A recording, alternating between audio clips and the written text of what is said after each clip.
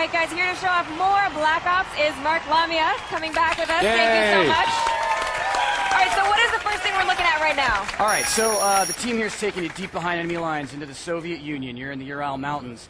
You're actually in an SR-71 reconnaissance aircraft, and you're providing intelligence to your squad on the ground. They're doing a very dangerous black operations, and as you can see, our player here is commanding the squad, and this is something totally different for Call of Duty. Again, we really wanted to give players some new experiences, and so...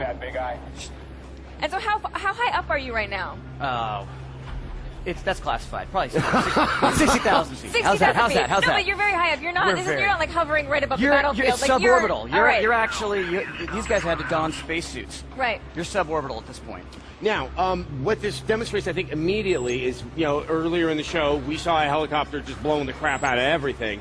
You are going for very different tones, it looks like, from level to level. I mean, what's the level of variety that we can expect from Black Ops? That is, that's actually something we've been going for. Level of variety. So, pacing in this, there's a setup here, obviously, completely different than the all-out action that you saw with Payback earlier. So we're doing the setup here, and you're controlling the squad, but then... in a couple of seconds, what we're going to do is we're going to bring you down.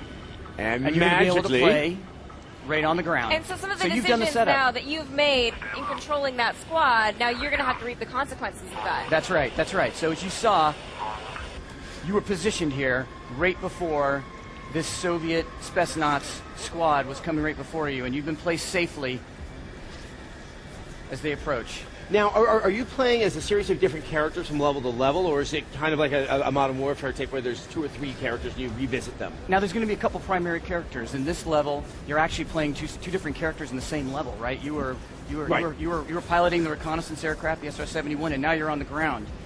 And in this level, you're playing as Mason or Hudson. In the last level, you played as Mason.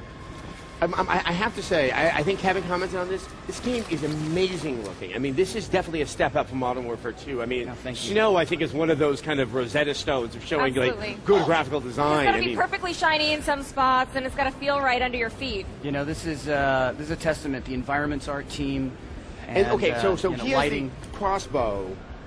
Are you trying to have like really awesome weapons that are also sort of time appropriate from the Cold War era? Yeah, this is actually inspired by a couple things. One was when we talked to some of our SOG, they told us that people would actually choose the bow and arrow to go out with.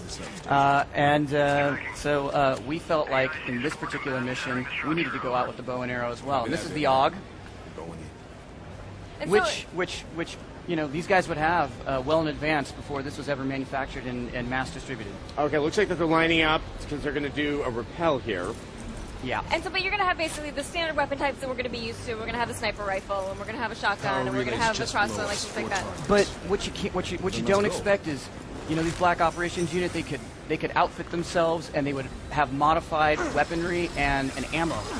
This is almost vertigo-inducing. Now, granted, I've seen this before, and I know something very awesome is about to happen, and I'm almost sitting here sick with anticipation. So, yeah, you know what? The rappel is an actual gameplay element. It's not just a press X event. There's tension in it. There's timing.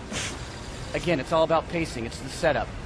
And what do you think that fans of the series are going to be most excited about? Obviously, this series has a lot of diehard fans, and sometimes fans don't like change so much. But is there something that you guys think that they're really going to make the fans embrace change? I'll tell you in a second. All right. I don't want Watch to. this. Oh, you don't want to ruin it? Okay, let's see. And